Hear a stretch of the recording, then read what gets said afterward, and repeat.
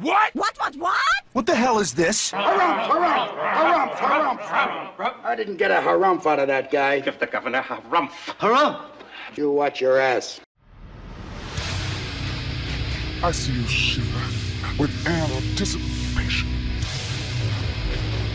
Let the show begin. Hey everybody, this is David Heretic coming at you with another edition of Reactions, Reviews, and Rants. And tonight! Alright, we're coming back to Dimmu Borgir. Yes, indeed, Dimmu Borgir fans, feeling you. Come on now.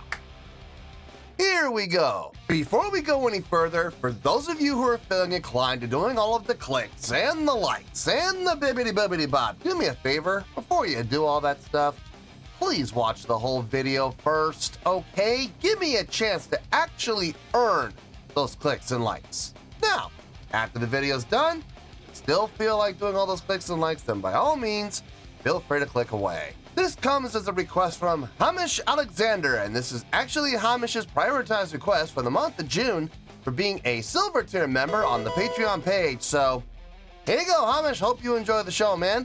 Hamish wanted to see me react to this is Dimmu Borgir with a tune called Kings of the Carnival Creation. Now, have I heard the song before? No, I have not. To the best of my knowledge, this does not resonate with me in any way, shape, or form. However, there's always a possibility I may have heard the song in passing and I just don't realize it. So as always, if I start listening to the song and I suddenly go, wait a second, yeah, I recognize this song, I'll let you know. That's the truth. You know me, I'm gonna be honest with you guys. Hamish wanted me to mention two things before we get started here. Number one, this is apparently from Ozzfest, so that's in the notes here, so I'm assuming this is a live performance from Ozzfest. And he also wanted me to give you guys warning. Unfortunately, the only video that he could find that he thought was of decent quality as far as sound goes, it's a 480p video, so the video quality is not going to be super clear. He just wanted me to mention that here, so there you go. It is a 480p video, so just be aware of that. Other than that, there's really nothing else left to say. Link to the original video will be down below in the video description for your viewing pleasure at your leisure. Let's get started. What do you say? Are you ready? Are you ready? Because here we go. All right, here we go. Dimmu Borgir, Kings of the Carnival Creation, live. It is from Ozzfest. I was assured that by Hamish Alexander, he did say that this is from Ozzfest, so clear that up. All right, let's do this. All right, boy, let's do this. Left are the kings of the Carnival Creation, for we are the ones who carry out the echoes of the fallen.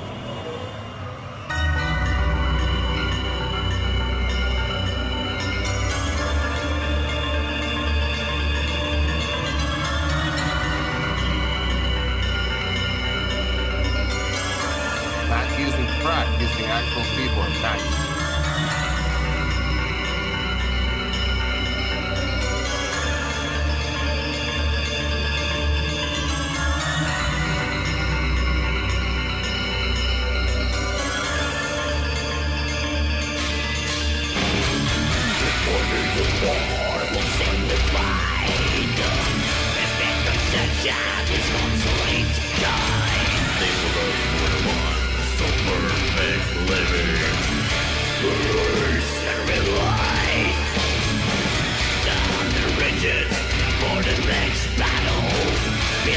Reloading your guns.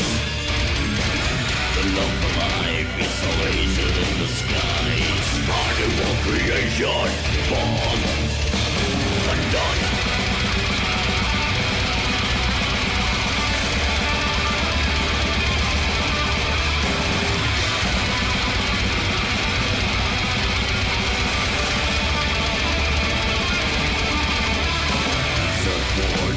Lights in the gateways of sin. The lights of misanthropy wrong in mind. Sophistication of cruelty and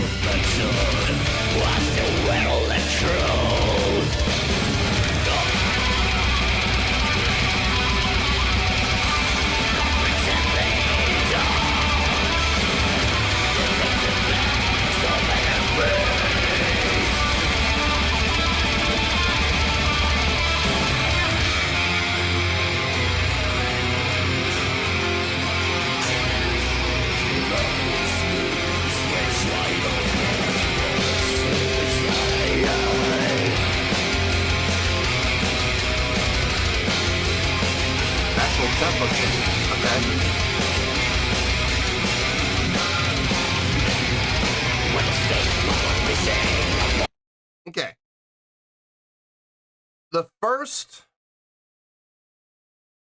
I'd say about minute and a half of the song, the tempo was maintained. All we did was switch around with feel. Halftime feel to straight time feel to a octuple feel, I guess, where he was hitting the snare on every 16th note. We were playing around with pretty much those three feels, and it felt good. I mean, don't get me wrong. The octuple feel with the snare hits every 16th note, I mean, it's impressive. Yeah, it's clean, but I mean, from a groove standpoint, I liked it when it was just in the straight feel, just with the snare on the 2 and 4. That's when it felt best to me.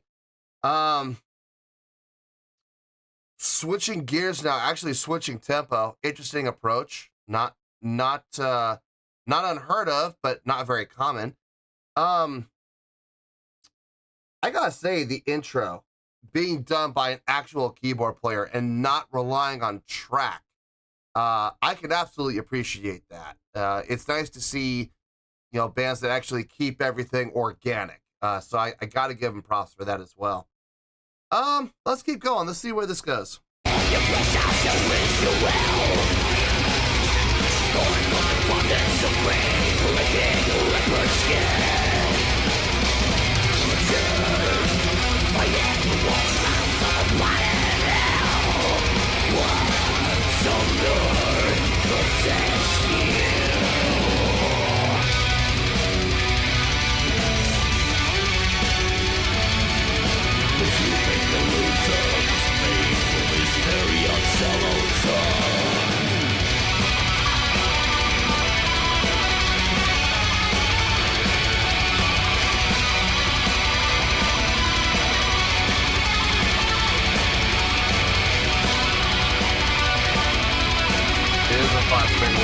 Those are not common.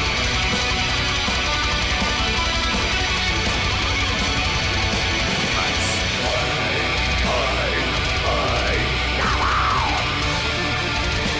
Back to original tempo. With the halftime feel.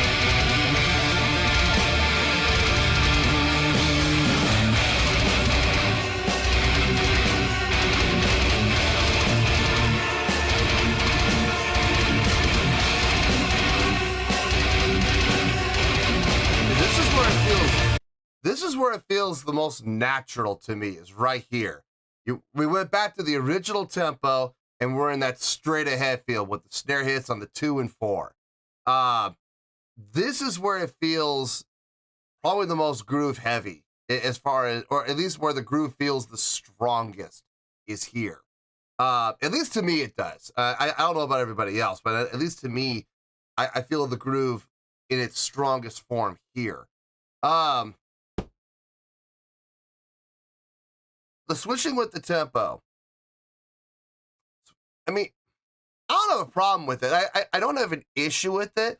I am kind of curious what drove them to make that decision to switch tempo, go to a faster tempo for that one section, and then bring it back again. I don't have a problem with it. I'm not mad at it. I'm really kind of curious to know what they were thinking to lead them to make that decision. I wonder what drove them to that decision. It's not bad. I'm curious. I'm genuinely curious. I'd like to know what made them go that route. Let's keep going here. Let's see where this goes.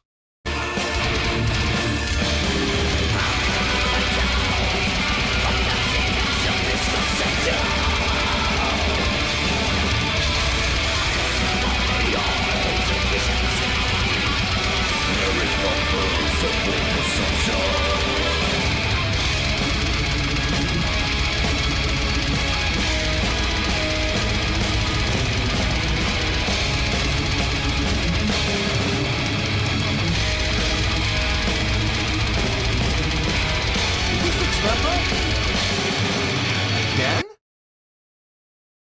Wait.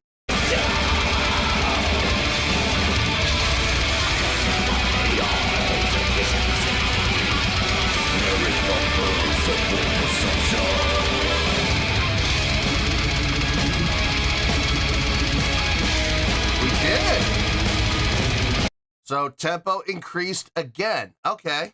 All right. I wasn't sure. I had to go back and double check. I thought maybe my ears were playing tricks on me. No, they actually did increase tempo again. I would love to get my hands on one of these. Good Lord. I used to have a BC Rich. I did. I used to have a BC Rich Warlock. It was a 4-string, but I used to have a BC Rich Warlock. Somebody stole it. When I was at college, I brought it up with me to college. I stored it in the band storage room, this is before security cameras, unfortunately, but they had the room under lock and key. And I go to get it one day and it's gone. And I was mad, man. I actually filed a police report and everything. Nothing came about it. I mean, it wasn't even a super expensive bass either. I think I paid maybe a grand total of $500 for it. But I ripped out the pickups. And I put in because they were passive pieces of junk. And I put active EMG P-style pickups into it, 2 of them. And man, it sounded so much better after I did that. It was a nice bass. I was really kind of disappointed it got stolen. But I've seen these 5-string Warlocks, and I would love to get my hands on one of these. If anybody ever finds one, reasonably priced, seriously, could you send me the link? Because I would love to pick it up. If anybody ever does manage to, if for some reason you guys are out there searching around, for BC Rich Warlocks, and you come across a 5-string bass that's a BC Rich Warlock, seriously, send me the link. Let me know, because I'll more than likely purchase it. I would love to get my hands on one. Anyway, let's get back into this.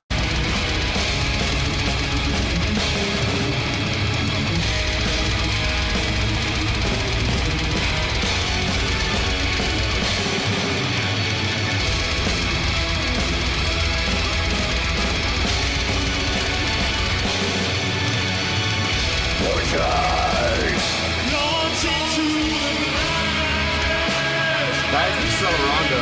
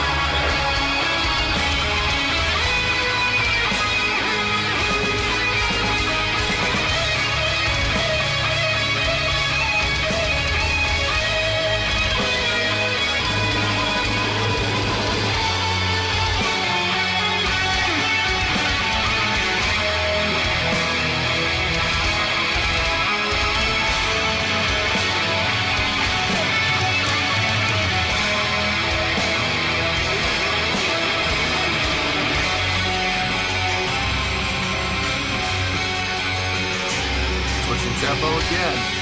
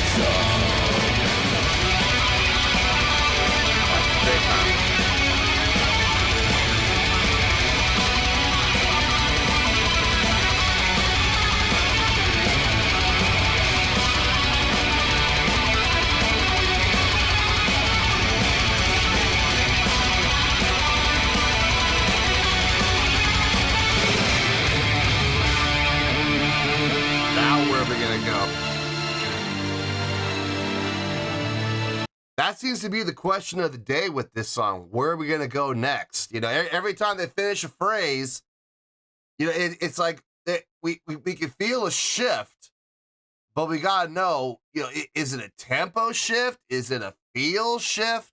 If it is a tempo shift, are we going to go faster? Are we going to go slower? You know, there's a lot of questions. It's keeping the listener engaged. It's keeping the listener vested because let's be honest here. This is an 8-minute long song. You know, it's like you better do something to keep the listeners interested because if you're going to take a song that has no variations whatsoever and you just play, you know, straight ahead 4/4, you know, at the same tempo, the same feel the whole time for 8 minutes, you're more than likely going to lose the crowd. More than likely. So all these changes, and here's the thing, in the past, there have been certain groups who do certain songs who, and I need to be very clear about this. There have been certain groups who do things like this that I get really upset at because they do them so frequently. But I'm not upset at this. And the reason why is because those other groups, they will change tempo, they will change feel, they will change time signature every 2 measures. I'm sorry, that is just not enough time to get into the groove. It's just not. The groove, it's constantly shifting, and before you have a chance to really get into it and enjoy it, it's already shifted gears. And then you, just as you're trying to figure out what it is, it's shifting gears again. That's not happening here. They are shifting around. Yes, they are playing around with tempo. Yes, they are playing around with feel. Yes, multiple feels. Yes, but when they do switch feels or they do switch tempos, they stay there long enough, at least 8 measures, if not longer, to give the listener a chance to get into the groove. Well, first of all, find the groove, feel the groove, and get into the groove and enjoy the groove before they switch gears. That's the difference. And I don't understand why people don't understand that. They go, well, you gave this band, you know, you basically took this band and tore them to shreds because they did the same thing. No, it's not the same thing. It's not. When they're switching gears every 2 measures or every 4 measures even, it's not the same thing as this. They're going 8 measures minimum, sometimes, usually longer. So I'm sorry, there is a big difference there. When you give the listener a chance, a solid length of time to find the groove, get into the groove, and enjoy the groove, as opposed to switching gears, switching tempo, switching feel, switching time signature every 2 measures. There's a big difference between 8 measures and 2 measures. It's literally quadruple the length. So that's the difference. I love it when people get upset about that. They get all butthurt. Well, my favorite song, you tore to shreds because they were doing the same thing that they're doing. It's not the same thing. It's not. There's a huge, huge difference. Anyway, let's get back in. Oh, we're almost done. Let's finish this out and we'll get to the review. Left are the kings of the Carnival Creation, carrying out. Feels like we're wrapping it up. Like take it up.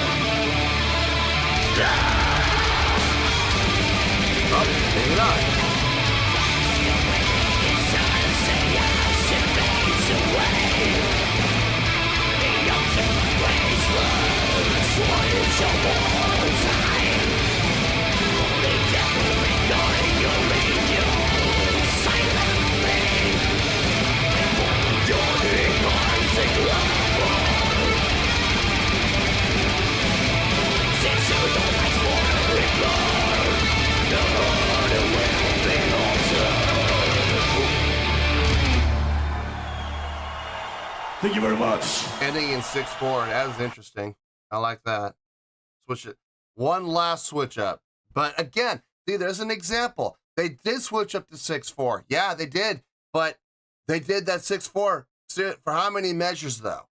How many measures did they do that 6/4 section for? I think they did it for 16. So 16 measures of 6/4. More than enough time to find the groove, establish the groove, get into the groove, and enjoy the groove. There's my opening argument. There's my closing argument right there. perfect. Thank you. Cool. Let me get my thoughts together. I'll see you in the review, and we'll talk about it. Well, there you go, folks. That was Dimmu Borgir with a live performance from Ozzfest of his tune called Kings of the Carnival Creation. This was a request from Hamish Alexander, and this was actually Hamish's prioritized request for the month of June for being a silver tier member on the Patreon page. So there you go, Hamish. Hope you enjoyed the show, man. Okay,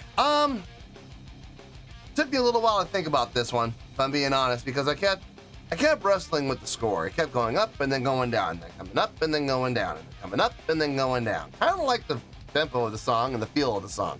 It kept changing. I'm like, okay, I need to lock into one. And I finally locked into this one. And this is the score, to me, that makes the most sense. So let's get to it, shall we? On a scale of 1 to 10, I'm going to give that a 7.6. Yeah, 7.6. I feel good about that score. Let me tell you why. Why? Okay, first things first, the 7.6. What does that mean? Well, a 7.6 would translate to a really good scale rating, so I think it's a really good song. It would also equate out to 4 out of 5 stars and a B+ letter grade. So there you go, a 7.6, which equals a really good score, which equals 4 out of 5 stars and equals a B+ letter grade. Now, how did I come to this score? Haha, so glad you asked. Okay.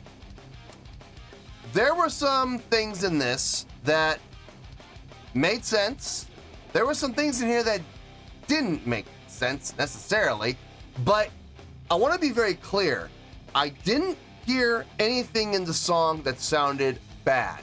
I didn't hear anything in the song that was terrible. I didn't hear anything in the song that was nah. I didn't hear any of that, okay? Everything here in the song sounded good. Everything in the song was okay. Maybe not everything. There was a couple of things that maybe weren't exactly pleasing to the ear, but there was nothing in the song though that made me go, "Oh God, I hate it." No, that never happened. That never happened. Everything in the song fell into place. Everything in the song, I was able to, at the very least, I was able to stomach it. Okay. So there was nothing about the song that I would really put down in the negatives. Everything in here, everything that happened during the course of the song, I would put at least in the 5s or higher, okay? So I don't want anybody getting the impression that I hated the song, because I didn't hate the song. Was the song long? Yeah, the song's over 8 minutes long. Did it feel that long? Yeah, it did. If I'm being honest, the time did not fly by on this. But at the same time, by the same token though, it didn't feel longer. And to me, that's a little more important. I love it when long songs fly by. Don't get me wrong. When you have an 8-minute long song, it doesn't feel like 8 minutes long because it flew by because I was having so much fun with it. It felt like 6. Well, of course, that's always a good thing, and that will help add to the score. But if a song comes along, it's 8 minutes long, and it feels like 8 minutes long, that's okay. It's hitting for par. You know, it's okay. It's not bad. It's bad when you have an 8-minute long song and it feels like 12, you know, when it drags and drags and drags. And I keep looking at the time going, oh my God, we're only at 5 minutes. It feels like 10. You know, that's when it's bad, okay? That never happened here. It's an 8-minute long song. It felt like 8 minutes. We're okay. The musicianship. I'm just gonna lump everybody together in the musicianship sector. Everybody, I felt, did a really good job, okay? I got no issue with anything the guitar players did. I got no issue with anything the bass player did. I got no issue with anything that the keyboard player did. I got no issue with anything that the drummer did.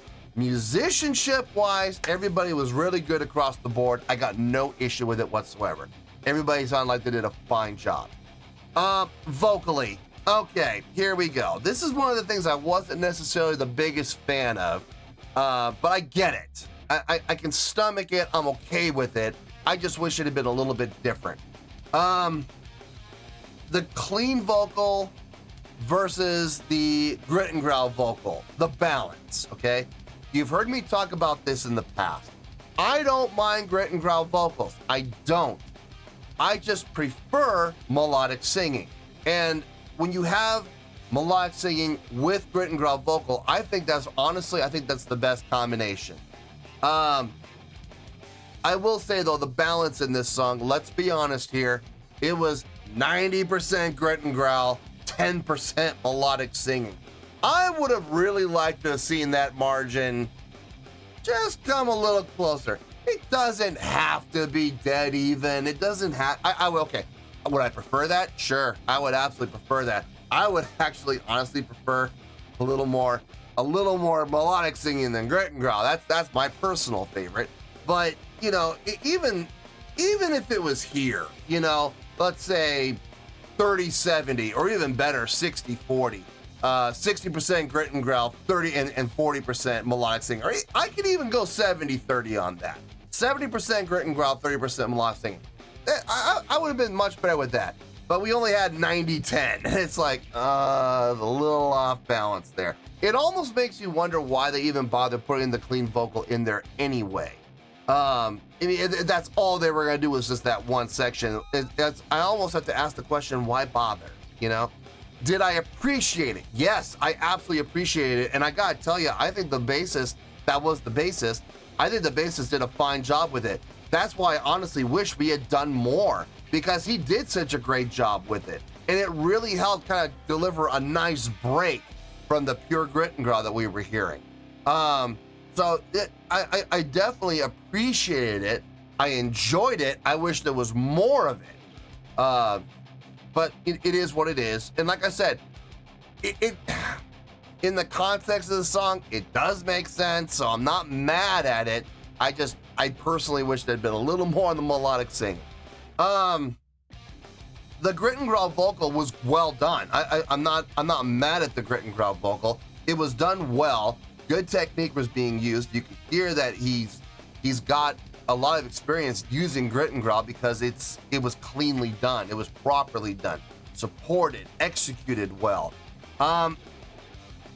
There were times where there was melodic undertone happening within the grit and growl. There were a few moments, a few spots where we heard that, so that definitely helped. The intro with an actual keyboard player, not relying on track, I appreciate that. I absolutely do. Everything that happened here was organic, and I love that. I absolutely do. I feel like there are times where too many bands rely on track way too much, especially if they do have a keyboard player.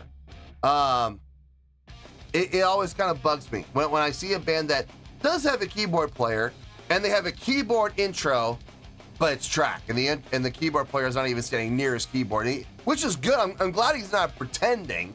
I'm glad he's not sitting there pretending to play while the track does all the work.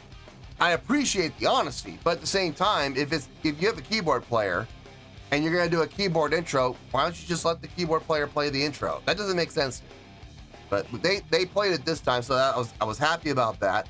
The biggest thing for me about the song, and the biggest thing that kept me vested and interested within the song, was the changing around with feel and tempo. Now, they did a great job with it, okay? And I'm using that word great on purpose.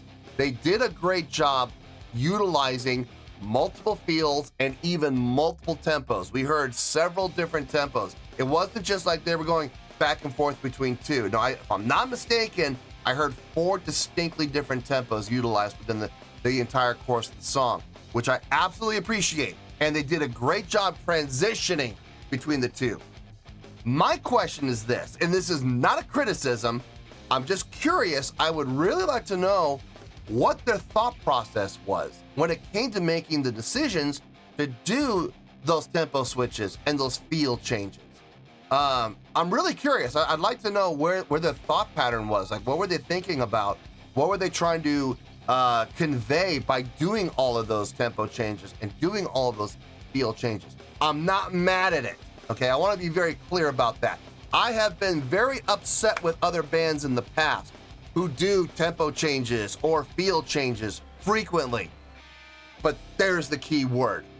Frequently. There is a big difference between having a tempo and having a feel that goes on for 8 measures, 16 measures, versus a tempo and a feel that go for 2 measures before it switches. You know, there's a huge difference. And when you have a song, I'm not going to mention any names, but when you have a song from a group, I don't care how well established the group is, I don't care how big of a name the group is, but when they write a song that has, 80 or 90 different time signature changes, and there's no pattern, it's just completely random, with various feel changes as well. So not only are you changing your time signatures, but you're changing your feels as well, 80 to 90 times over the course of a 3.5 minute long song or 4.5 minute long song. That is going to be very frustrating. That is going to be very disjointed. The whole song is going to feel disjointed because you're not able to get into the groove, because you're there. And if there was a pattern, listen, it'd be different if there was a pattern. We're gonna do, because Tool is notorious for this. Tool is notorious for doing, things like 3 measures of 3/8 with a measure of 2/8 to combine it together to make 11/8. 1 2 3 1 2 3 1 2 3 1 2 1 2 3 1 2 3 1 2 3 1 2 1 2 3 1 2 3 1 2 3 1 2 1 2. There's a big difference because there's a pattern, a repeatable pattern that you can follow. There's a big difference between that and doing 2 measures of 2/4, a measure of 3/8, 3 measures of 7/8. Let's go back to 4/4 for 2 measures, and now we're gonna do a measures of 5/8, followed by a measure as a 3/4, back to 3/8 for 2 measures. Then we're gonna go to 11/8 for another 3 measures. Follow that up with a measure with 2 measures of 3/8, and we're gonna go back to one measure of 7/8. Follow that with 2 measures of 4/4, with another measure of 15/8. Follow that up with another measure of 3/4, followed by 4/4, followed by 7/4, followed by 3/8, 2 measures of 5/8. There's no pattern. It's just completely random. I challenge anybody to take one of those songs where it's just all completely random and tell me that there's a groove there. I challenge you, because I guarantee you there isn't, because it's changing so frequently and so randomly. There's no way you can find it, because you have no idea what's going to come next. Where with a song like Tool, for example, that does write songs that have odd time signatures, yeah, sure, but there's a pattern. There is an established pattern, and you can follow that pattern. And since you can follow the pattern, you can get into the groove, because that's what the groove is. It's following that pattern. I love when people get mad at me when I criticize their favorite band for writing a song like that random hot mess, and then I'll give a song like this all the credit in the world. Folks, that is like comparing apples to hand grenades. There is a huge difference. Try biting into a hand grenade. Let me know how well that works out for you. In the meantime, try throwing an apple into a group of enemy soldiers, and let me know how that works out for you too. No, there's a big difference between the two. Huge difference between the two.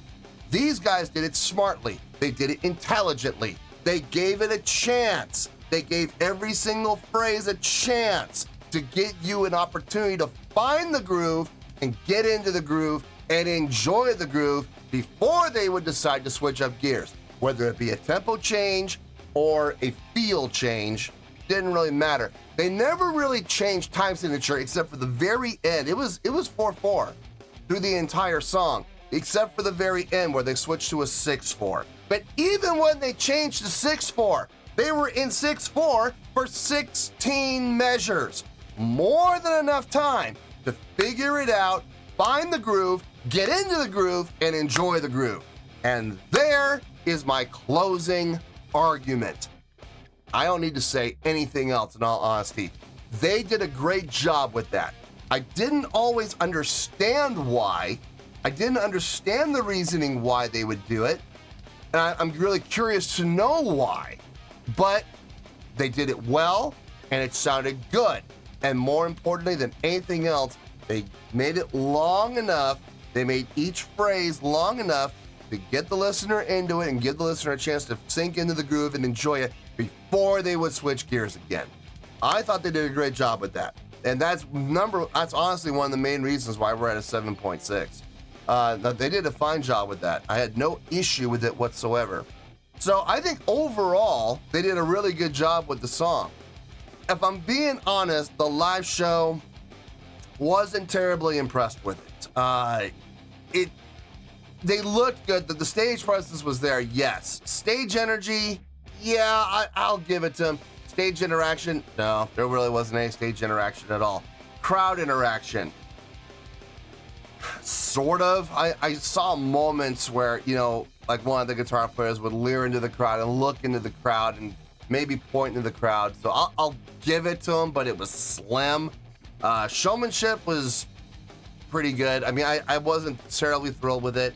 But I mean, they did play the song well, and I know that's what a lot of people are going to say is, oh, we don't, my favorite one, what do you want? You want them to be shot out of a cannon? No, I'm not expecting anybody to be shot out of a cannon, but, you know, try to interact with the crowd a little bit more, for starters. I think that would be a big deal.